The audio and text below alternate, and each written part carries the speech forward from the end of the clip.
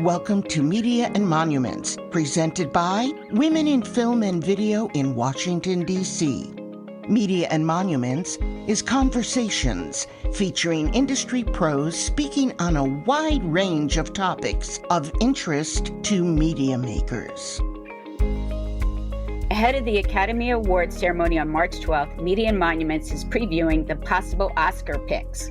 I'm your host, Sandra Abrams, and joining me to share his top picks is award-winning movie critic, WTOP's entertainment reporter, Jason Fraley. Jason has a BA in journalism from the University of Maryland, an MFA in film and electronic media from American University. So we have a lot of student members, so they'll be excited to hear that. He has won numerous honors, including a regional Edward R. Murrow Award, and the Washington Post dubbed him a true film aficionado with a savant-like ability to name every Best Picture winner. That special skill makes him the perfect guest to chat with on who will win the Oscar. Welcome, Jason, to Media and Monuments. Hey, thanks for having me. That's quite the setup there. You've been pulling some stuff from various bios, I guess, online. Absolutely. Well, we're very excited to have you here. I think I mentioned to you, we wanted to start talking about the best original song. I think what happens when people watch the Oscars, they may not necessarily have seen all the movies, but they will tune in to see, the song. And Rihanna has been scheduled to appear on the program. We haven't heard about whether or not Lady Gaga will, but I just thought this is a great category to start off talking with. And I thought it was a very interesting category in the sense of what happened at the Golden Globes. Natu won, and they beat out Taylor Swift, Lady Gaga, and Rihanna. So Rihanna is singing Lift Me Up from the Black Panther Wakanda Forever. And I think Stephanie Hsu is singing This Is the Life from Everything Everywhere All at Once, which was co-written, I believe, by David Byrne, who actually, I don't know, you might already know this. He went to Lansdowne High School. So he's local. I did not know that. Oh, see, a fun fact that not even you knew. That's cool. Yeah. And then Diane Warren, she has Applause, and then Hold My Hand from Top Gun, which Lady Gaga does with Blood Pop. So looking at all that, what's your take on this situation, with these various original songs? I think, like you said, Rihanna is going to be performing at the show, which is cool because that's one of the things the Grammys always holds over the Oscars, right? They have these live performances. So the Oscars like, how can we have some, show in our show here, on our award show, rather than just reading the winners? And I do want to say, props to Rihanna for performing at the Super Bowl pregnant. I know, you could say maybe it limited the dance moves or whatever, but when every critic I tell them, let me see you perform pregnant on national television. You know what I mean? Like that was a gutsy, cool performance. Lift Me Up is a great song, and rest in peace, Chadwick Boseman. That movie helped us sort of mourn him. But I will say, I have this pet peeve every Oscar year where songs get nominated, these big name stars, like you mentioned, Lady Gaga, etc., Rihanna, where songs get nominated, but they're only in the end credits of the movie. And that bothers me. I think a song to be nominated, or at least winning, should actually factor into like the meat of the movie, like A Whole New World in Aladdin, or Let It Go in Frozen, or I guess we mentioned Gaga, like she actually sang Shallow in A Star Is Born. Like, I think the song should be in the movie if it's gonna win. But that's just me. So in that case, I think Natu from India's action-packed movie musical. So in that case, Natu was this big action-packed dance number with the two main characters shaking hands and dancing around. I would be fine if that wins, because that actually, like I said, factored into the movie. So I would be fine if Natu won. It was sort of a spectacle moment in that movie, which was an insane spectacle movie. I thought I watched it. I thought it was really fun. There's not much to the lyrics, but I thought the dance number was phenomenal. So, well, I guess we'll see what happens then on March 12th. Let's talk about documentaries, because I know for our membership here for Women in Film and Video, we have a lot of people doing documentaries.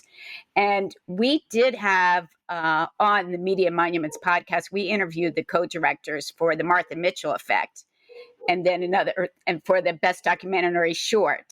And of course, I loved it, but it could be too inside the beltway for the Academy. And I did see The Elephant Whisperer, another documentary short in that category. But do you have any take on that particular category? I will admit I have not caught up with all of the documentary shorts. I've seen most all of the documentary feature nominees, 4 of the 5. I still need to watch House Made of Splinters about the orphanage in Ukraine. But I can speak to the features if you want. Yeah, no, let's talk about the features. We actually, there's a local connection that you had wrote about on WTOP. Yeah, All That Breathes. About it's like a bird documentary, well, a bird healing documentary where these two brothers in Delhi, India, are healing these injured kite birds that are falling from the sky. It's called All That Breathes. The local connection is Tangle Bank Studios out of Chevy Chase, Maryland. They co-produced it.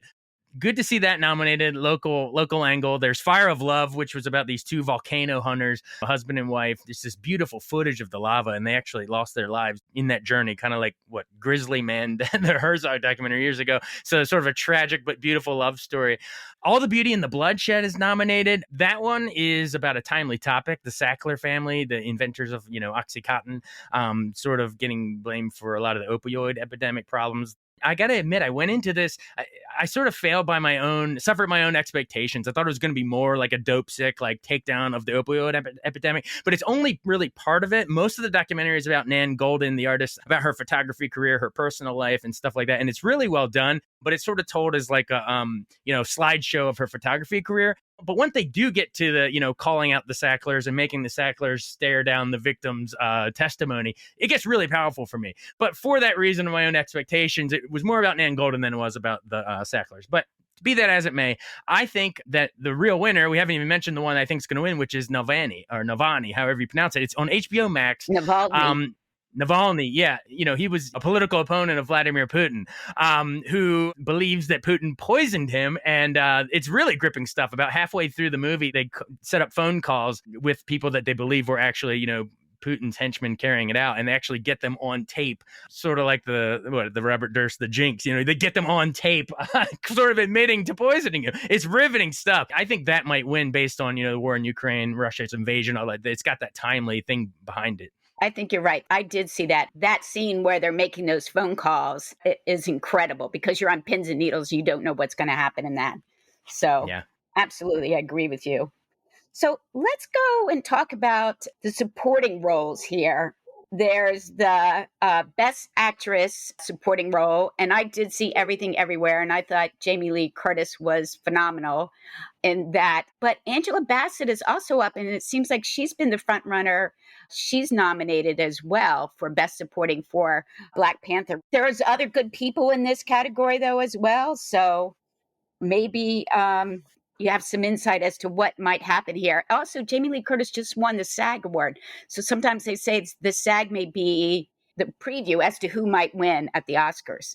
Yeah, when Jamie Lee Curtis won a couple nights ago at the SAG Awards, that was sort of the shocker because Angela Bassett was sort of considered running away with it this whole award season. And, they're both good in everything they do, obviously, like they're legends for a reason. But I do got to say that, that said, I think these are, I don't want to say weaker performances because that's dismissive, but they're more like career wins for them, right? Because Angela Bassett didn't win for the Tina Turner and all the great roles, and Jamie Lee Curtis with Halloween and everything else. So I do believe that these are sort of roles, with Jamie, with the hot dog fingers, all that stuff in Everything Everywhere. Like they don't seem like roles. And for Bassett, a superhero sequel where she doesn't have all that much screen time. I guess she gets the big one speech in front of the crowd there in Wakanda. But they don't seem like roles that would typically win.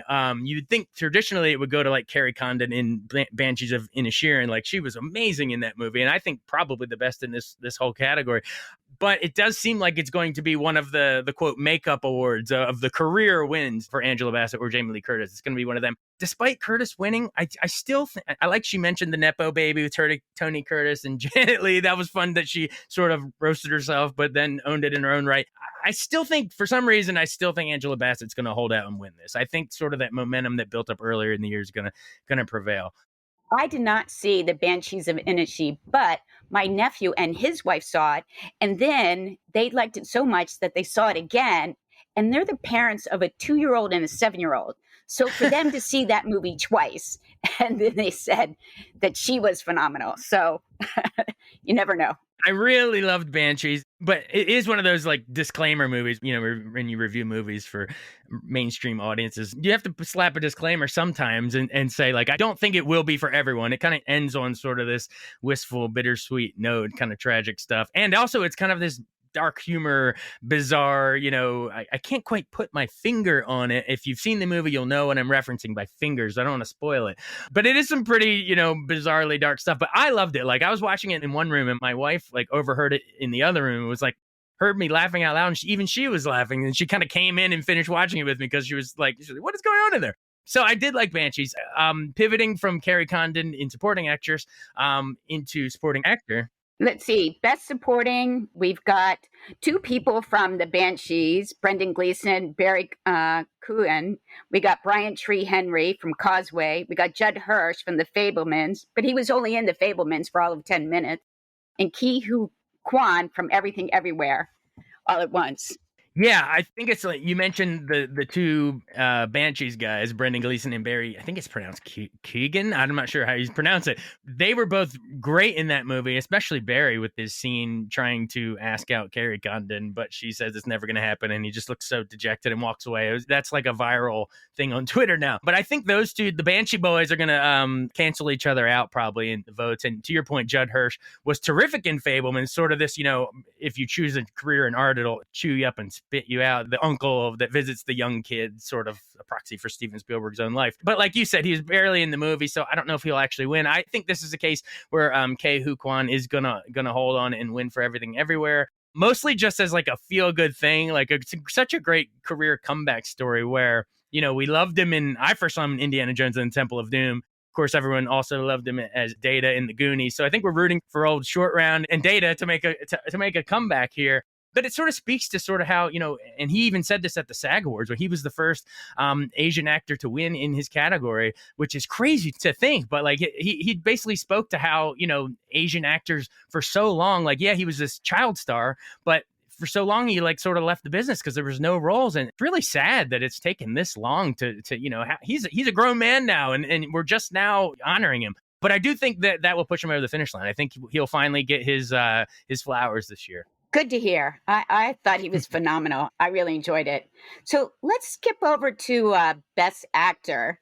Now we've got the nominees as Austin Butler for Elvis, Colin Farrell for The Banshees, Brendan Fraser for The Whale, and he just won the SAG Award, Paul Mescal from the movie After Sun. I didn't see that. And Bill Nighy, he was in the movie Living. I did see the trailer for Living, and I think Bill is phenomenal in everything that he does. So Living is a remake of one of my favorite Kurosawa Japanese movies, Ikiru, about the guy that finds out he's dying and, sits on the swing at the end as the snow falls. Oh, I'm crying thinking about it. But yeah, in any other year, some alternate universe, maybe it could have been Colin Farrell's year for Banshees. He seems overdue, but I don't think it's going to happen. Sadly, I think the competition's too strong here. For the longest time, it seemed like Austin Butler was running away with it for Elvis, and oddly, he's sort of stayed in character during all the award show speeches. He still talks like Elvis. I don't know what's going on. He's become the character. But he was really great in that movie. I thought Tom Hanks was sort of miscast in that movie, and Baz Luhrmann's flashy style is sort of love it or hate it. But I like the movie because of Austin Butler. He became Elvis. So I would be fine if he won. Plus, Lisa Marie Presley just died in real life. So that sort of has that going for it. But unlike Rami Malek in Bohemian Rhapsody when he won, I'm pretty sure I remember Rami won at the SAG, and Butler did not win at the SAG the other night. It was Brendan Fraser in The Whale. Right. Which, again, the movie itself, Darren Aronofsky, very dark. Some people called it mean-spirited, but other people thought it was profound. Either way, Brendan Fraser totally transformed with the prosthetics, the overweight. But also, it's just like a great comeback story for his career. Like a lot of people, he was this beloved blockbuster guy, Encino Man and The Mummy. And George of the Jungle is now in Oscar contention. It seems crazy, but I think that's why a lot of people are sort of pulling for him. It's sort of a nice little comeback story, I guess. I think, gosh, if I have to pick, it's either Austin Butler or Brendan Fraser. I'm going to go Fraser because he just won. I think that he'll pull it out. And whoever wins, I hope doesn't slap Chris Rock like last year's winner.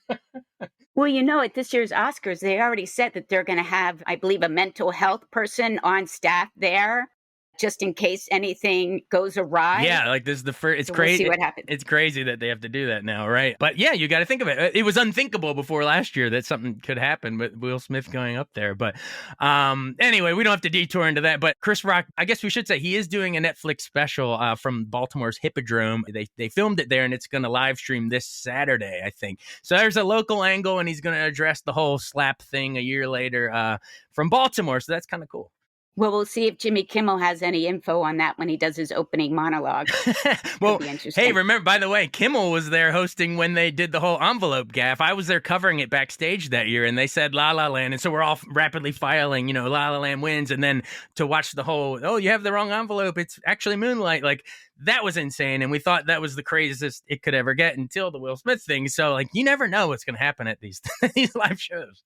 Well, that's a great anecdote. Thank you for sharing that. So where are you going to be this year for watching the Oscars? I will be firmly on my couch live tweeting and then, run upstairs into our nice little home booth that my wife set up with her sound company. And I'll be filing stuff for WTOP in the morning.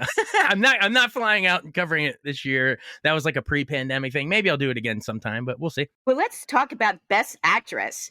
Because again, that is another hotly contested category. It's been going back and forth. I thought Michelle Yeoh was amazing. I did not see Cate Blanchett in Tar, but I have seen her in many other things and think she's incredible.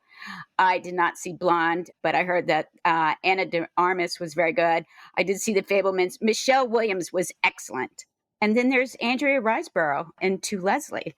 So, but they're saying that Michelle Yeoh might get it because of the career longevity. I've been watching her career since she did Memoirs of a Geisha. I thought she was phenomenal in Crazy Rich Asian. So what's your take on that category? Yeah, and one you didn't mention, Crouching Tiger, Hidden Dragon, right? It's been so many great roles over the year. I think you're right. I think Michelle Yeoh, especially after winning at SAG, I think she's going to finally win the Oscar, and it's going to be one of those great groundbreaking wins, and everyone in the room will cheer for that, just based on the number of roles she had to play. I remember Lupita Nyong'o had to play 2 roles in Jordan Peele's Us, and it was amazing, but she didn't get nominated. Well, here Michelle Yeoh has to play I don't even know, a dozen different roles, maybe, all intercutting with each other. It's pretty incredible. Plus that sort of career win, like you said, I think everyone will be happy. And it's an interesting turn of events because, maybe December, early January, everyone was saying Cate Blanchett because she was so good in Tar, and she's won, I think, twice before, one supporting actress in Aviator, and then again for Blue Jasmine for Best Actress. And she's so great in Tar as the conductor, and Tar's like a twisty, thrillerish vibe where it's like a Me Too thing where Cate Blanchett has been putting down former students. So it kind of flips that whole thing. So Tar was a very interesting thriller movie, and Cate Blanchett is great. But I do think Michelle Yeoh is going to pull it out. To piggyback on what you were saying about Michelle Williams, I thought she was awesome in The Fabelmans. And I think it's one of those cases where if they had slid her over into supporting actress, kind of like Viola Davis did in Fences, where they could have been lead, but maybe could have been supporting, kind of straddles that line. If Michelle Williams went in supporting, I think she might have actually won this year. I think she would have beat Jamie Lee Curtis or Angela Bassett. I think she was that good. But in this stack category, I don't think Michelle Williams is going to win. This category is actually, final point on this, in Best Actress, this is where I think they were the biggest snubs that disappointed me the most. I thought there should have been Viola Davis for The Woman King. I thought she was phenomenal in Woman King. I saw that. She was incredible. Yes. Yeah, she, and what was it, the NAACP Awards over the weekend? I think she called The Woman King her magnum opus. She, in so many great roles over the year, but she called that her magnum opus performance and movie, because I think she was a producer in it too. So I was really sad not to see her nominated there. And also Danielle Deadwyler of Till, playing Emmett Till's mom. Especially when she has to go in the courtroom scene, she has to go up and and says, "I'm trying to find justice for my son." Like, it is so powerful, and the fact that those two weren't nominated, I think it was a case where voters took it for granted. They had seen them, both of them. They thought they were like locks. They had seen so many projections that they would get nominated. I think those were the two where I thought were locks to be in the 5 nominees, and I was stunned that they weren't. The other category where people got shut out was in the Best Director category, where women got shut out. It was, again, all men. And I thought, speaking of Viola Davis and Woman King, the director of that was Gia Prince Blythewood. Again, I thought it was incredible. but I found out that the director from Triangle Sadness was nominated. And I thought, Triangle Sadness? No. I was like, the Swedish director, I think his name is Ruben Oslet. Ruben Ostlund, yeah, he made Force Majeure a couple years ago. What's your take on this category? I think, let me just say it's, who is in this category? Martin McDonagh is in this category. The two Daniels for Everything Everywhere. Steven Spielberg, which they're talking about, it's, his year. Todd Field from Tar, and then the director from Triangle Sadness. Yeah, I think at the beginning, just listening to the names you listed, I think in the beginning, everyone thought maybe this would be where Fabelmans might win. They thought maybe Spielberg would win Best Director, even if it didn't win anything else, just because of how he opened up his own personal life and his parents' divorce and all of that. And they're actually, I think it's his directing in it is underrated. Like the left-brained mom is on the left side of the bed, the right-brained dad is on the right side, or it might be vice versa. I can't remember, but either way, there's some directing stuff going on.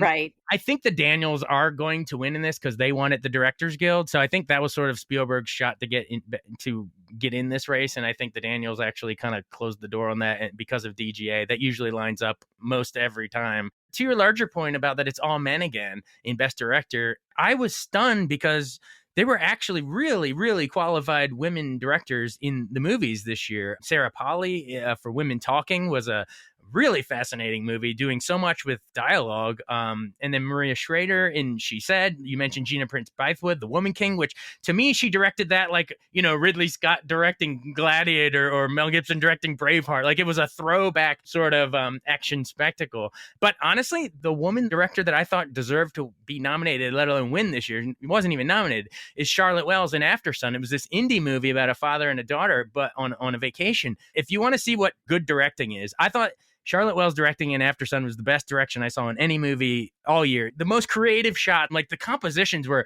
amazing. Just the way they took intimate, quote unquote, mundane, quote, boring spaces, but made them visually dynamic. If any young filmmakers listening to this, watch Charlotte Wells. Any women in film and video members, watch Charlotte Wells' direction in After Sun. It's amazing. But yes, sadly, I think it will be a man that, well, not sadly, but you know what I mean? There should be some women nominated is what I'm trying to say, especially after 2 years where Chloe Zhao won for Nomadland and Jane Campion won for Power of the Dog. And suddenly we go to no women nominees here. That's unfortunate, but I guess I'll pick the Daniels. We'll talk about our final category, and then we'll have a few follow-up questions for you about the Oscars in general. So we've got about 10 pictures here, and it seems like, there's the pictures that the general audience goes to see, and then there's the pictures that were nominated that the Academy likes to pick, these, art house films. So it seems like there's a wide variety of films going on here for Best Picture. Oh, yeah, totally. There's Maverick, Top Gun is nominated. Everybody's seeing that. Avatar, people will go see that. But not everybody is going to go see Tar, and not everybody is going to go see Triangle of Sadness. Oh, yeah, absolutely. Absolutely. And it's interesting. I'll make my picks for Best Picture first, but remind me to come back to what you just said, because I really want to talk about that disconnect between the Academy and the general public. But in terms of predicting first, it seems like Everything Everywhere All at Once has been winning Everything Everywhere All at Once. It really had, it won at the Directors Guild, it won at the Producers Guild, and it just won the top prize at the SAG Awards as well. So if there's anything close to a lock, I think that's going to be it this year. And, I had it in my top 10 list, but not towards the top. But I wanted to give it credit for, it's a wildly creative and ambitious movie. I do admire filmmakers just absolutely saying, we're just going to go for it. We're going to swing for the fences and throw everything in the wall and just be creative and edit through all these different timelines over all these different histories of these characters. It was crazy. And I admire the creative ambition for it. On the flip side, I will say that, especially for maybe older Academy voters, it's definitely going to be polarizing, along generational lines. There definitely will be older folks like my mentor, Arch Campbell. Love the guy, and he's done so much for me. But I have heard a lot of people say it's too crazy, too bonkers, this rapid fire. It represents the short attention span of our society, and I sort of get that. It sort of even looks like a Marvel movie, sort of an outshot. So I totally get that, and maybe if that's the case, I could see where they do these preferential ballots, sort of the ranked voting.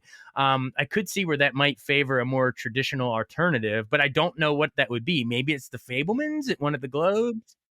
Maybe All Quiet on the Western Front, because that did very well at the BAFTAs. Yeah, that won at the BAFTAs. Was very traditional a war movie. Again, it was beautifully shot. I thought that it was amazing, but I'm not a war picture kind of person that usually watches that, though.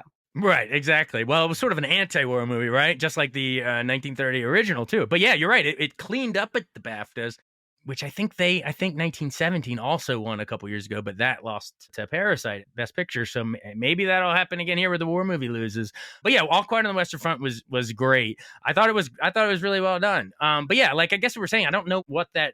Maybe those will be more traditional alternatives, but I really do think in the end, I think it'll be Everything Everywhere All at Once, because I sort of have a personal theory that like these things move in cycles, and like I guess it's like almost like every 3 years we go to like a more traditional movie pick. So in 2012, Argo, 2015, Spotlight, traditionally straightforward storytelling. Green Book in 2018, 2021 was Coda, of more mainstream. So I think every like 3 years we go back to the traditional, like the movies that kind of used to win Best Picture. But that's not this. I think we're in one of those in-between years where we get an edgier, artier movie like a Moonlight, Shape of Water, Parasite, Nomadland. Like if I'm doing my weird mental calculations on how these cycles go, I think this is an Everything Everywhere year in general, not to mention that it's won all the guilds. So I think it's pretty safe it's going to win Best Picture. So why do you think that we have this disconnect though between what's happening out in the general public, what films they watch, and then the Oscars and people are going, I never heard of this movie. What are you talking about? Yeah, this divide between art and mainstream is like, between the film spectrum of art on one end and entertainment on the other side is a very important issue to me. I have many thoughts on it, especially the idea, like especially younger people, I want them to realize that top grossing movies like used to win Best Picture all the time. And even if it wasn't the top grossing movie, like a top 10 grosser won like 90% of the time, probably from like the 1930s through the 1970s. Sound of Music was a blockbuster. Godfather was a blockbuster. Rocky was the number one grossing movie of the year and won Best Picture. Even into the 90s, it was like we get Forrest Gump and Titanic and Gladiator. Like these were blockbuster movies that still won Best Picture. But sadly, it hasn't happened in 20 years since Lord of the Rings: Return of the King in 2003. So 20 years ago was the last time we had a top grosser win. It's really shifted to less high grossing movies, like indie movies, art house movies in recent years. And so what changed, I guess, is my theory. And what I truly believe that it is the sequel culture that began in the 80s, right? So I guess you had the Jaws sequels and Star Wars sequels of the late 70s coming into the 80s. But in the 80s was when the sequel culture really blew up with Indiana Jones and Back to the Future. And again, the original ones of those were great. But I think it spawned this culture where the top grossing sequels now are all sequels. If you look down like the top 10, top 20 grossing movies, they're mostly all Marvel sequels to, Jurassic World and other franchises. So I understand why filmmakers, voters in the Academy would want to reward something original like an Everything Everywhere All at Once or something like that, or even like a Nomadland or whatever recent winners like Parasites. I could see why they want to award original work rather than like new filmmaker writing the coattails of some other franchise. Like, so I get that. So that's my theory on it. But it saddens me because I do think that the divide just grows wider and wider with each passing year. Like that genie's out of the bottle. Of Hollywood isn't going to stop making sequels and threequels and quadruples and part 6s and 7s. We have Creed 3 coming out this year, which is what, Rocky 8 or 9. I don't remember where we're at now. But they're probably not going to give it to Creed 3, as great as Creed was, and Ryan Coogler is amazing. So, I think that is what is causing the divide. I thought Get Out, Jordan Peele, might have been the closest we came to an art house masterpiece that has like symbolic layers the third, fourth time you watch it, double meanings, triple meanings. But we also had the box office appeal, right? And it didn't win, sadly. It lost Shape of Water. But I thought that was like the closest we got to sort of a box office hit, having the artistic weight and, like I said, the originality of a fresh idea of winning, but it didn't. But I really do miss the days when the top grossing movies were also the box office champs. A good, artfully made mainstream movie is my wheelhouse. But sadly, I think a lot of the mainstream top grossers are the sequels now, and I think that's why they don't win. That's my theory on it anyway. That's great insight. I wanted to ask you, what happens if the Oscars went away? Will they ever go away? That's an interesting question. I don't think they'll ever go away totally, because there's too much, additional press and accolades and buzz and money that can be made by slapping those laurels on a trailer. And it sort of distills some movies it gives us a list of movies to go watch, I guess, right? So I don't think it'll ever go away, but I do think the impact of it is waning. And I do think that even if it doesn't go away, it'll just like move to streaming, kind of like SAG. The SAG Awards aired not on cable. They aired on Netflix's YouTube channel the other night.